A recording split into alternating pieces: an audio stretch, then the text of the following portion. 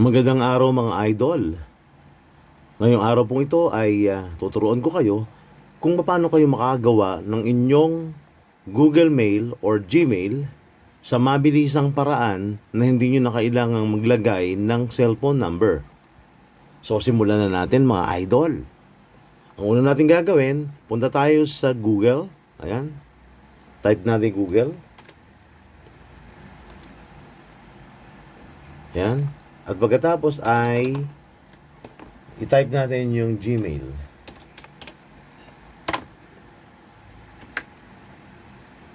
Yan po, Gmail. Ayan. I-log out po muna natin yung ating account dyan. Mga idol. Yan, naka-sign out, naka-sign in pala tayo. Ayan. So, gagawa tayo ng use another account. Ayan. Uy. Ang gagawin natin ay mag-create tayo. Nandito na tayo mga idol sa Google, ano? So, punta tayo sa Google. Ayan, andito na pala tayo sa Google, ano? Ayan, so, andito tayo sa Gmail and then create account. Ayan, for myself, no? For myself, para sa sarili po nyo. Ayan, lagay natin yung pangalan natin. Halimbawa, ang pangalan natin ay Carlos. Carlos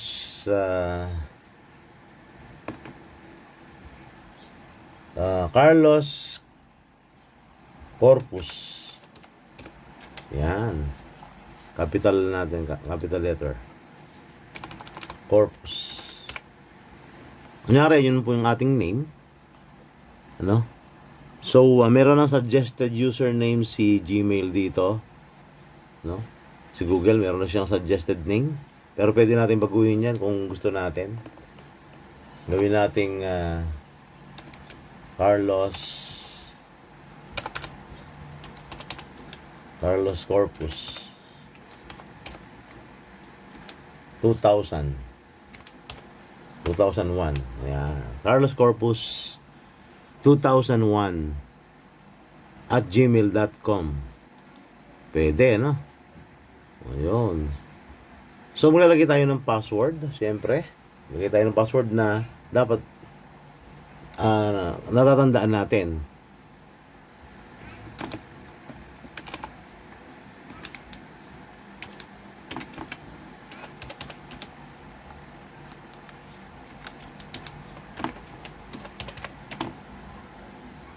Yan na, ayan. Password and then confirm password.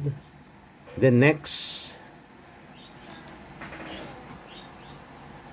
Yan, pwede na po tayong optional po dito para mabilis po tayo. Huwag na tayong maglagay ng ating phone number para mabilis. Pero kung gusto natin lagyan, pwede rin, no? Para pagka maglalagin sa ibang device ay magagamit natin o pwede natin i-verify yung account natin.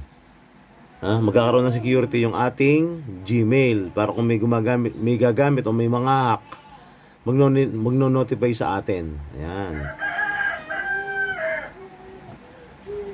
So, ayan. Yung month ng birthday natin. Kung birthday natin, January 1, 2000. Oh. Gender ay, siyempre, male. And then next. O, yun na, yari na. Tapos na kaagad, oh. Ala pang 5 minutes ay nakagawa na tayo ng ating sariling Gmail account. Ayan mga idol, ang bilis, di ba? Napakabilis. Kahit hindi muna natin lagyan ng ating cellphone number, ay makakagawa na tayo ng ating sariling Gmail account. Ayan. So, i-open natin ang ating Gmail.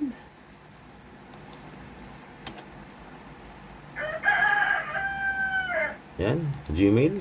Yun. And then, dito tayo sa gawin na to, Gmail.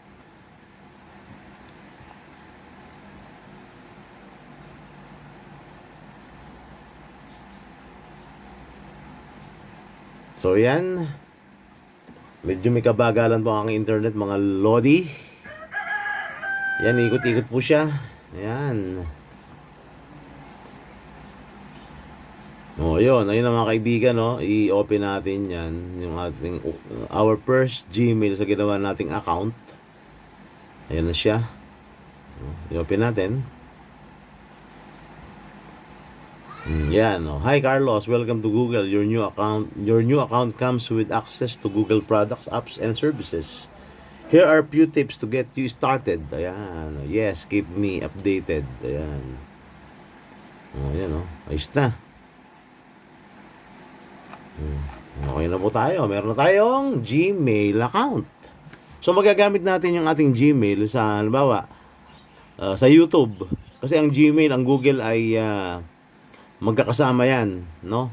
Sa Google Meet, pwede tayong mag-login sa Google Meet. Halimbawa, merong binigay na link yung ating teacher at sinabi tayo ay mag-join sa Google Meet.